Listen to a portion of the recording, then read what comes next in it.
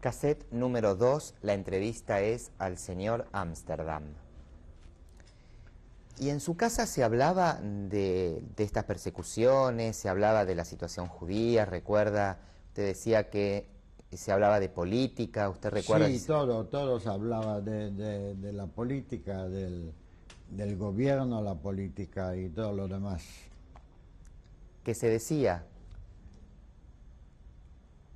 Había un tal señor, un general, Pilsudski se llamaba, hasta que él murió en el año 36, más o menos las cosas contra judíos no se hacía nada. Después empezó el movimiento.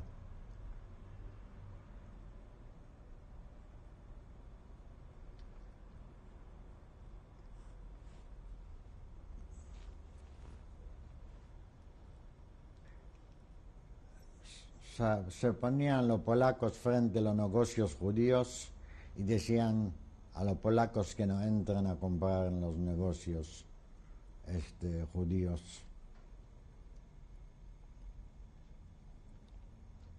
¿Pasó eso en la zapatería de su papá? Todos los negocios que eran judíos.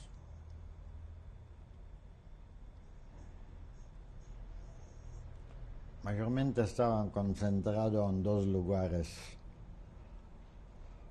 sobre dos mercados importantes. Después ya empezó una calle, digamos, que lo llamaban Alea, que era un paseo. Este paseo llevaba hasta una iglesia muy famosa donde había la Santa María ahí, que tenía ojos de brillantes. En el año 38 lo acusaron a un judío que él le sacó los ojos y lo llevaron lo juzgaron, y tenía un abogado judío y él demostró que él no fue, y esta misma noche los dos se tenían que escapar. Esto fue en el año 38. Era una iglesia muy importante esta.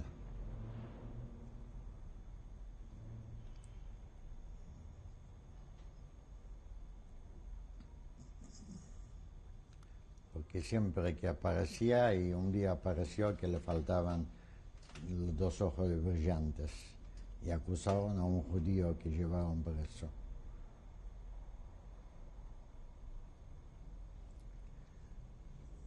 Y hay un abogado judío, pero se tuvo que escapar la misma noche que ganaron el juicio los dos. ¿Sabían lo que estaba pasando en Alemania? ¿Hablaban de lo que sucedía en el nazismo?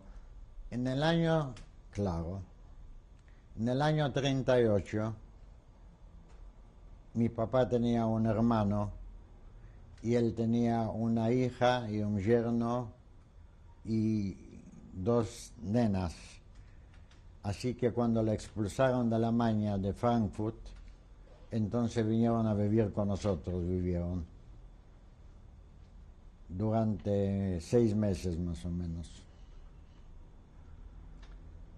Después se fueron a alquilar un departamento, pero el tío vivía en nuestra casa. Este mismo tío, en los primeros días de la guerra, empezó a protestar con los alemanes y le hicieron cerca de casa hacer una fosa donde lo fusilaron. Él tenía que hacer la fosa.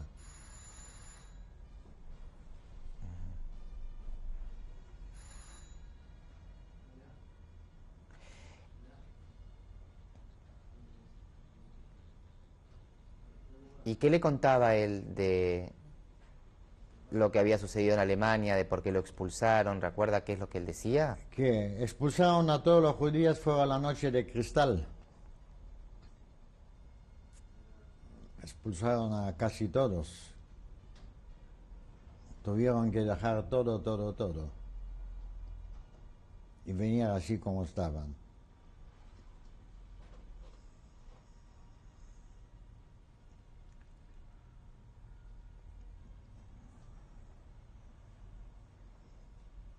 Mi tío era muy religioso, tenía una barba larga.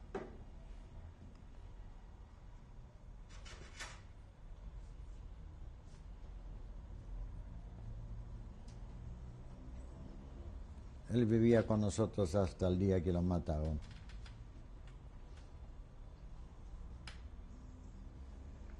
Fueron 4 días cuando empezó la guerra. Cuénteme un poco, ¿cómo es estos recuerdos que tiene de cuando empezó la guerra? En el día 30 de agosto a la noche habló Hitler. Como nosotros teníamos una radio, vinieron todos los vecinos a escuchar lo que hablaba. Y hablaba que iba a terminar con todos los judíos, lo iba a matar a todos.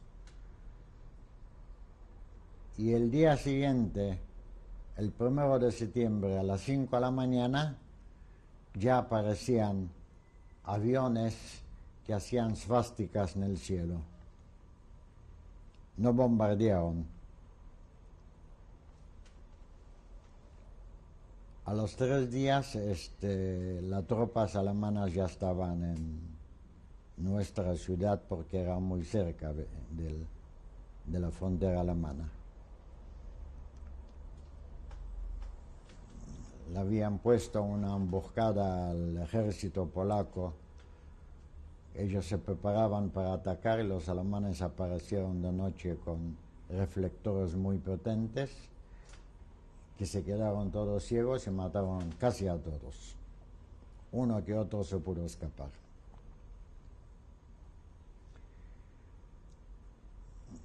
Después del tercer día, cuando vinieron, hicieron al sacar a todos los hombres de la casa, mayores de 15 años. Las mujeres y los chicos no.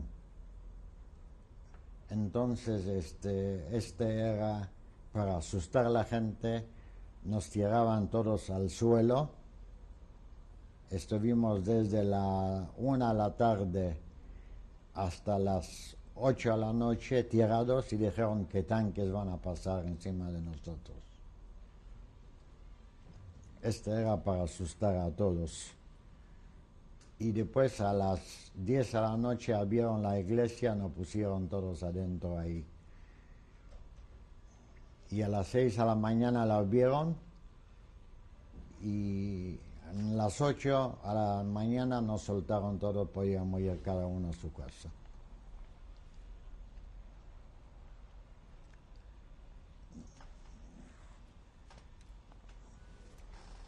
Fue, al cuarto día ya tenían los alemanes preparados raciones para todo el pueblo, polacos y judíos, que se racionaba todo y empezó un mercado negro.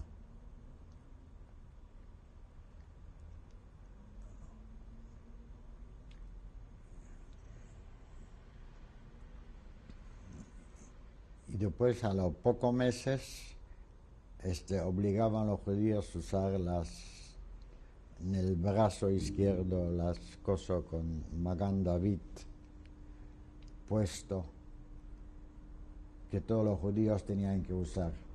Pero el gueto estaba abierto, que todavía podían entrar, polacos entraban, pero judío fuera del gueto no podía salir. ¿Cuándo se formó este gueto? A los 5 semanas, cuando empezó la guerra. ¿Usted tuvo que mudarse o su casa estaba en el gueto? No, nos quedamos en nuestras casas, pero no podíamos salir, teníamos zona limitada para salir del gueto, digamos. Polacos podían entrar, podían traer productos, digamos, traían del campo, mantecas, quesos, otra cosa.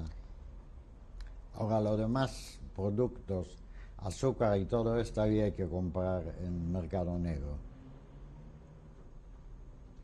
¿Qué pasaba con los judíos que no vivían en el gueto? ¿Los llevaban al gueto? Los llevaban al gueto a todos los que vivían afuera ahí, digamos, de ciertos lugares. ¿Tuvieron que recibir gente en su casa? En mi casa particular no, en otra casa sí.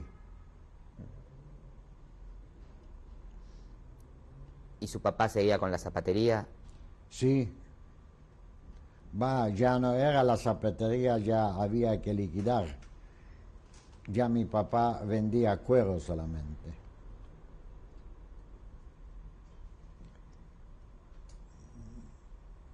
Y este banco de préstamo existía hasta que se terminó el gueto.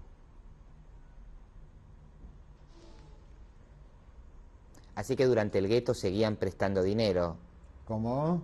Durante el periodo del gueto seguían haciendo estos préstamos. Sí, sí, sí, sí.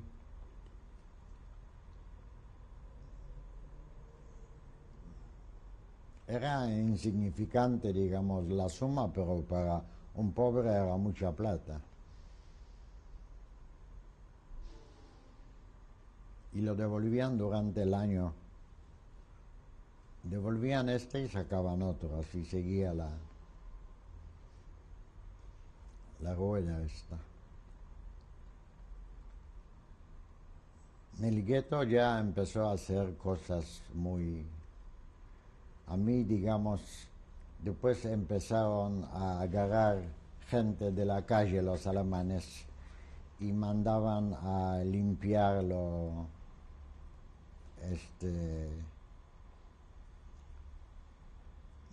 la ferroviaria, la nieve sacar.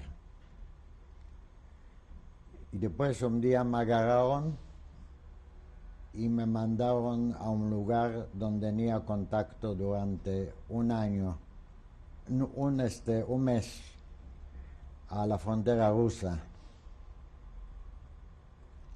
Ahí, justo en la frontera, hacíamos fortificaciones para los alemanes. Hacíamos pozos de 10 metros de largo, de profundidad, y la tierra que se sacaba se ponía arriba, había que ponerla bien, y ahí pusieron adentro después los alemanes armas. ¿Dónde lo agarraron? En la calle. ¿Y quiénes más trabajaban haciendo estas fortificaciones? Muchísima gente. No solamente de mi ciudad. En las otras ciudades hacían lo mismo. Este lugar se llamaba Belzec, era justo la frontera rusa.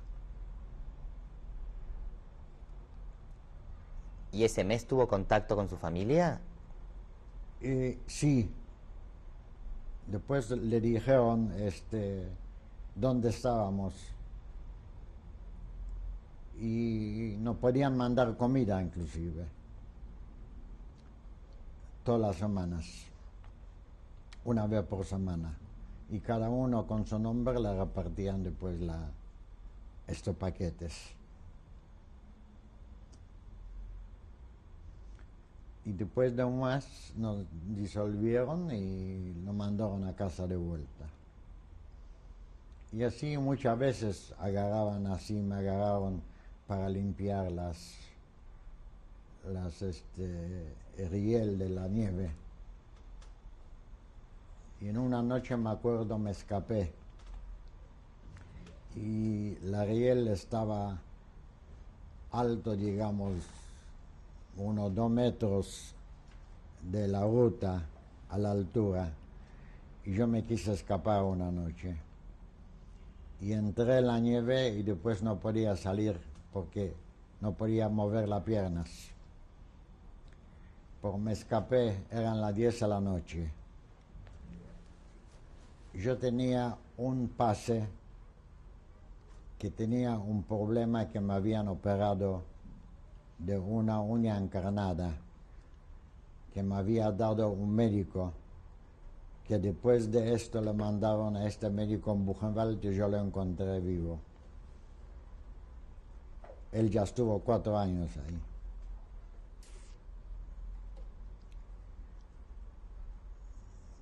Cuando me escapé ahí de esta noche hasta que pude salir, igualmente no agarré ningún gendarme, pero llegué a la casa, eran las 11:30 de la noche. Eran bastante cuadras para ir. Y cuando llegué ahí nadie me quería abrir la puerta, todos tenían miedo. Y estaba ahí como 15, 20 minutos con 20 grados bajo cero. Hasta que me escucharon y me abrieron. Y ahí estaba todo mojado, me cambié todo y vinieron los vecinos, algunos también, y mi madre me empezó a hacer comida y todo.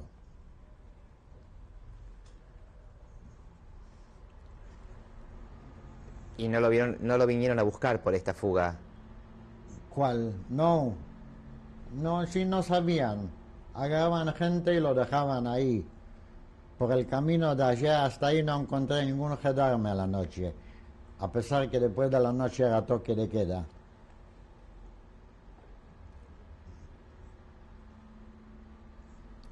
Igualmente yo tenía un pase que no me hubieran hecho nada, pero no encontré ningún gendarme. Muchas veces agarraban así gente de la calle.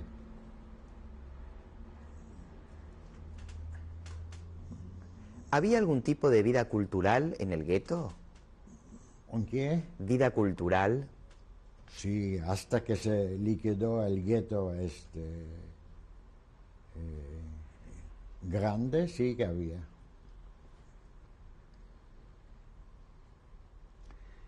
Igual después formaban en este gueto que lo llamaban Judenrat, digamos, ¿cómo lo puede decir? Eran unos 10, 11 personas que ellos no eran responsables por toda la población que estaba ahí adentro en este gueto. Y me acuerdo en 2 oportunidades tenían que juntar $40,000 en oro, en brillantes, en alhajas, en lo que sea, para entregar a los alemanes.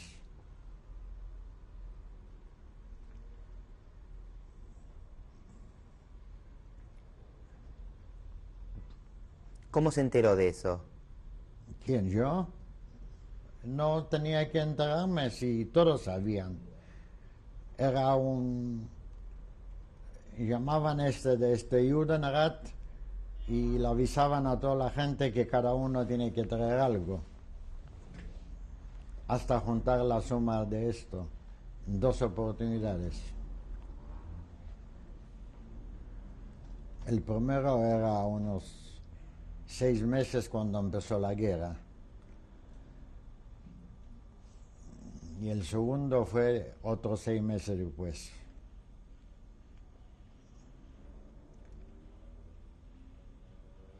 Y después, en una noche Yom Kippur, cuando volvimos del Shil, entonces empezó a hablar que los alemanes rodeaban todo el gueto. Y al día siguiente empezaron a sacar a la gente y la mandaban a los campos de exterminación. ¿Sabían en ese momento a dónde los enviaban? No, ¿Qué pensaban? que nadie tenía tiempo de pensar, porque a mí me separaron de toda la familia. A mí me llevaron a una metalúrgica donde había un general que se llamaba Degenhardt, que él con un palito separaba que uno va para un lado y el otro va para el otro. Y a la noche nos llevaron a dormir en una iglesia, Golgota. Y ahí nos tenían varios días hasta que formaron un gueto chico.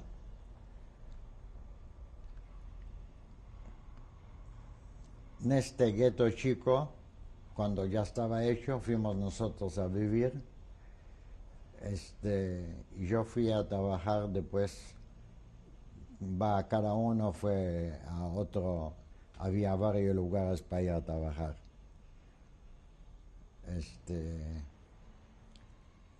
Yo fui a trabajar en una papelería. Así que esa noche de Yom Kippur fue cuando los separaron. No, el día siguiente. Al día siguiente.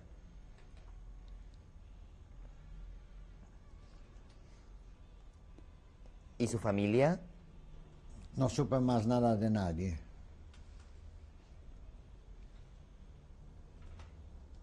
¿Y este gueto chico dónde quedaba? ¿Dentro del gueto? ¿Cómo? ¿Este gueto chico quedaba dentro del gueto Otro grande? gueto, no, no, era otra parte. También pertenecía antes a una parte de este gueto. Hicieron, con alambrada, hicieron un lugar ahí.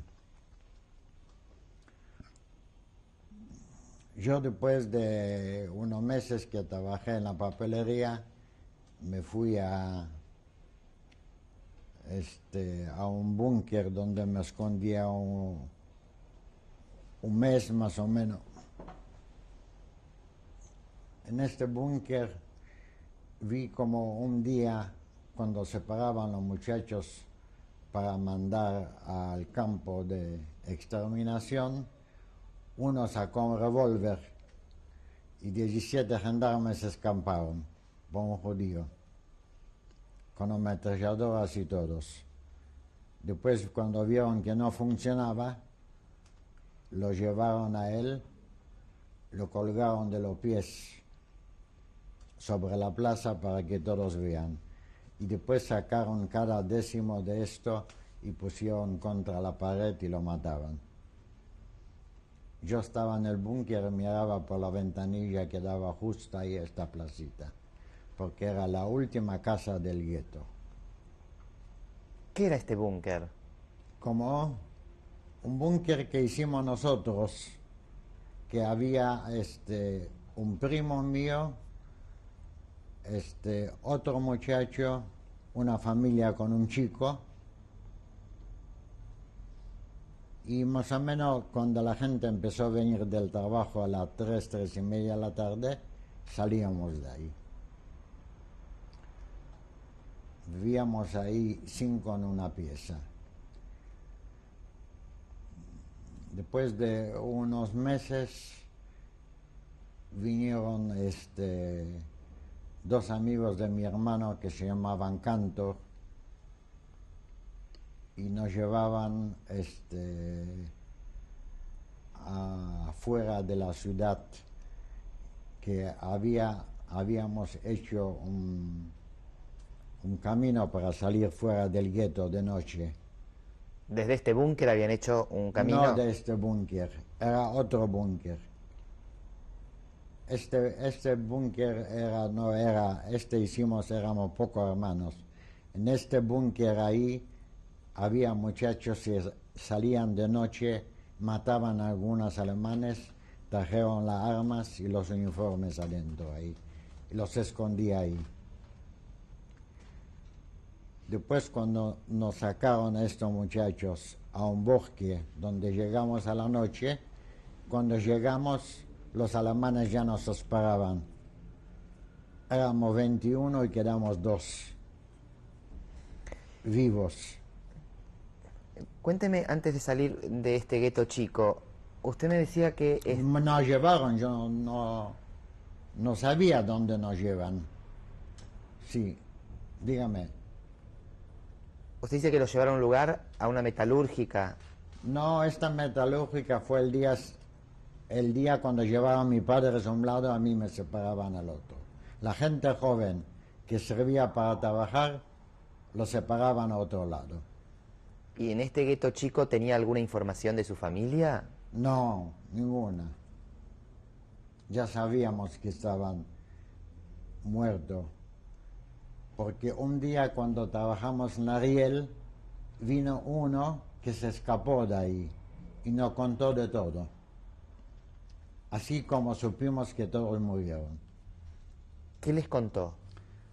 contó que él trabajaba ahí y logró escaparse de Treblinka, uno de los pocos. Y vino donde trabajábamos en Ariel justamente, era en verano, y nos contó toda la historia, qué es lo que hacían con los judíos, cómo los mataban y todo.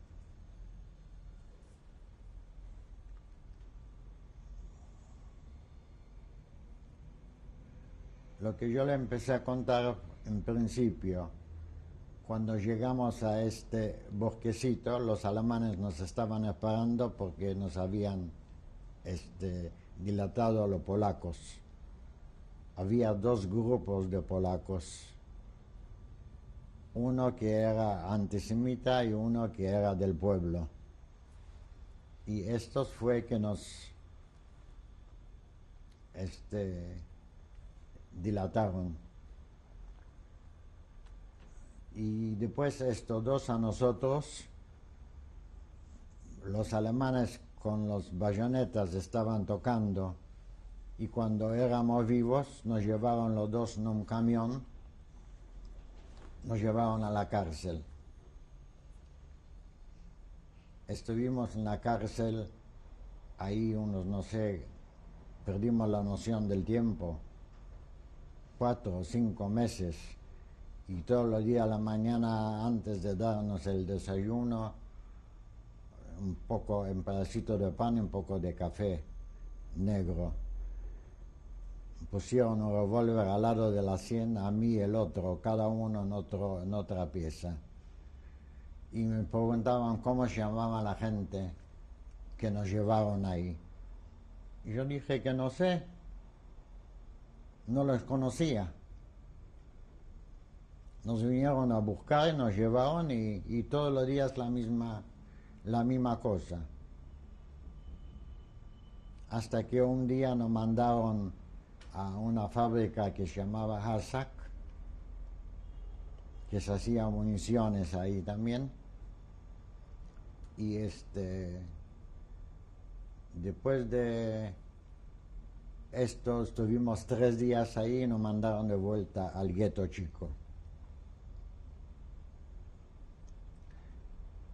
Y ahí en el gueto chico estuve en este mismo búnker con estas familias hasta el día cuando supieron que descubrieron este búnker donde estaban estas armas guardadas y todo.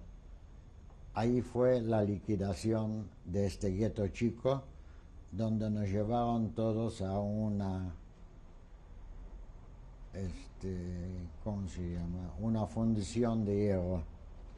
Pero quiere decir que en este gueto chico estaban organizados, había algún tipo de grupo. Claro. ¿Cómo era esto? Claro.